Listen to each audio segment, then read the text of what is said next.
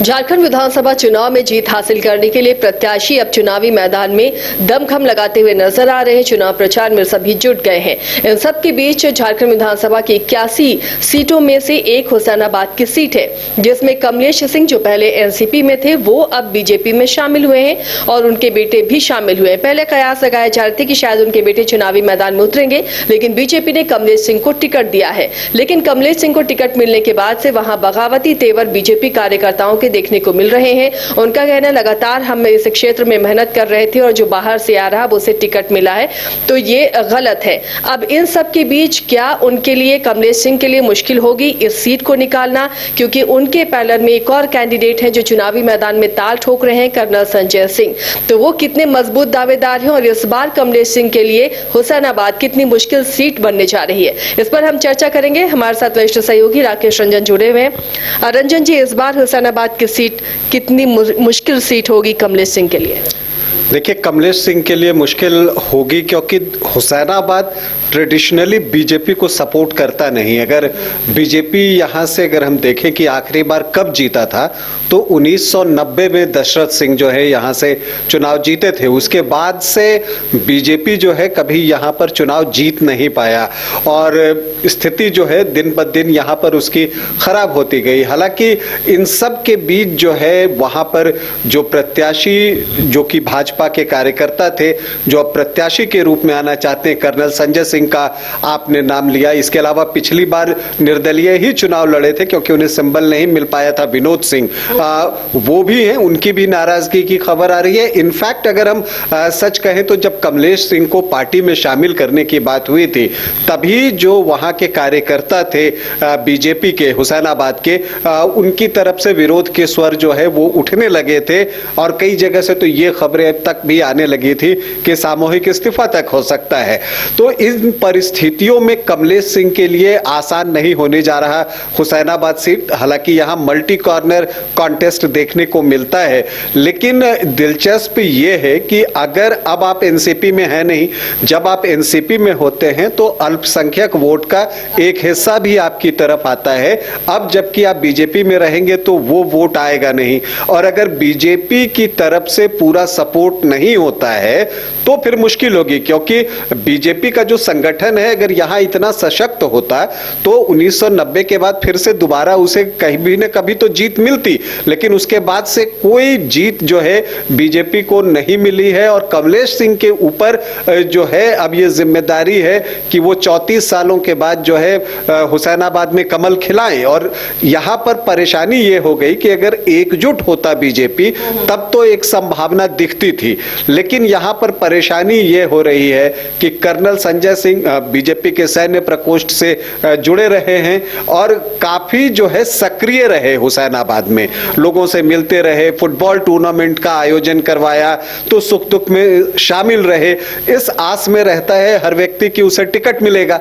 अब उन्हें टिकट नहीं मिला और कमलेश सिंह को मिल गया। एक चीज आप और देखें कि कमलेश सिंह जो है यहां पहली बार 2005 में जीते और फिर जो है वो 2019 में जीते।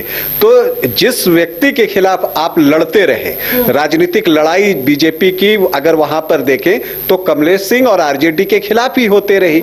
अब जिस व्यक्ति के खिलाफ आप लड़ रहे थे अब आपको उसी के लिए कैनवासिंग करना है, तो ये चीजें जो है बीजेपी कार्यकर्ताओं को हजम नहीं हो रहा है और इसीलिए वहां पर विरोध के स्वर जो है वो उठने लगे। रंजन जी, जो समीकरण है हुसैनाबाद का, वो समीकरण दोनों कैंडिडेट में अगर तुलना करें तो किसे सपोर्ट करता हुआ इस बार दिखेगा? देखिए, दोनों ही राजपूत हैं। अगर कमलेश सिंह की बात कीजिए या कर्नल संजय सिंह की बात कीजिए और विनोद सिंह की भी जब आप बात करती हैं, तो फिर अगर राजपूत वोटों में बंटवारा होता है तो ऐसे में आरजेडी को फायदा हो सकता है, क्योंकि संजय सिंह यादव जो हैं यहाँ से आरजेडी के कैंडिडेट, वो 2 बार विधायक रह चुके हैं, तो उनकी भी अपनी क्षेत्र में पकड़ है और वो चाहेंगे कि अगर बीजेपी बहुत सपोर्ट न करे कमलेश सिंह को तो इसका फायदा उठाया जाए।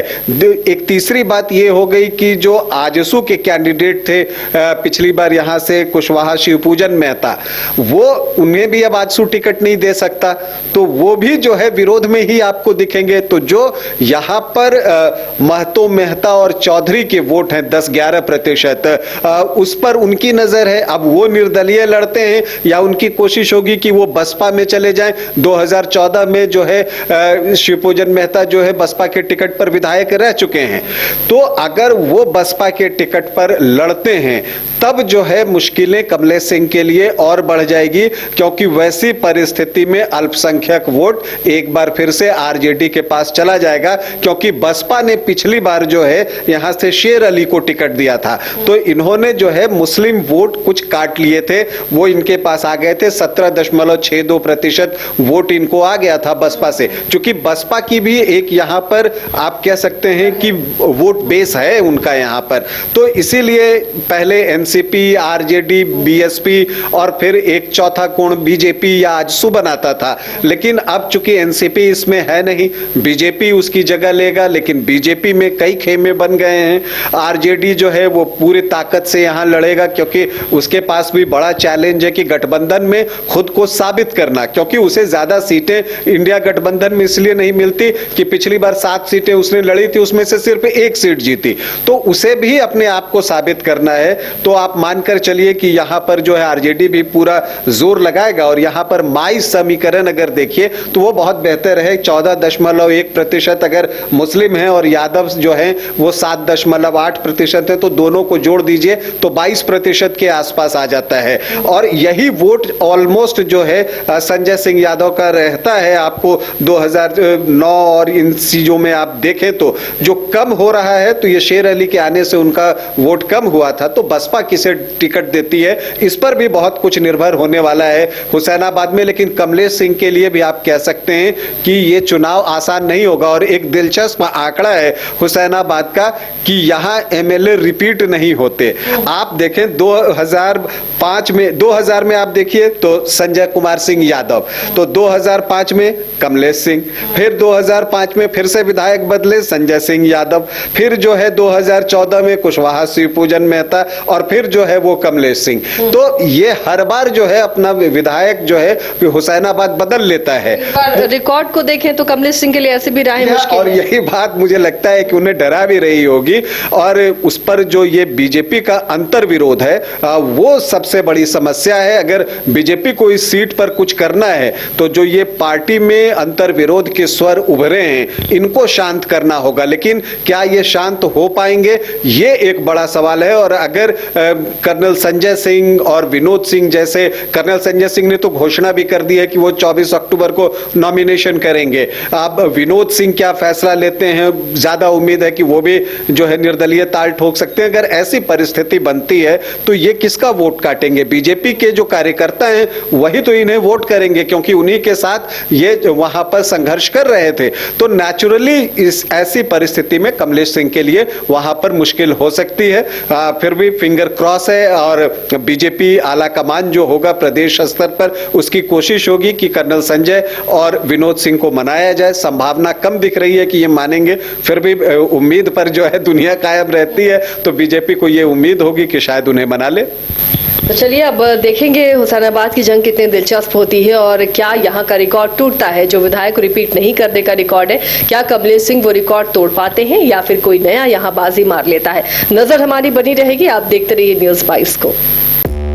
5 राज्य, 61 शहर, 150 प्रोजेक्ट और एक वास्तु विहार। नई सोच, नया घर।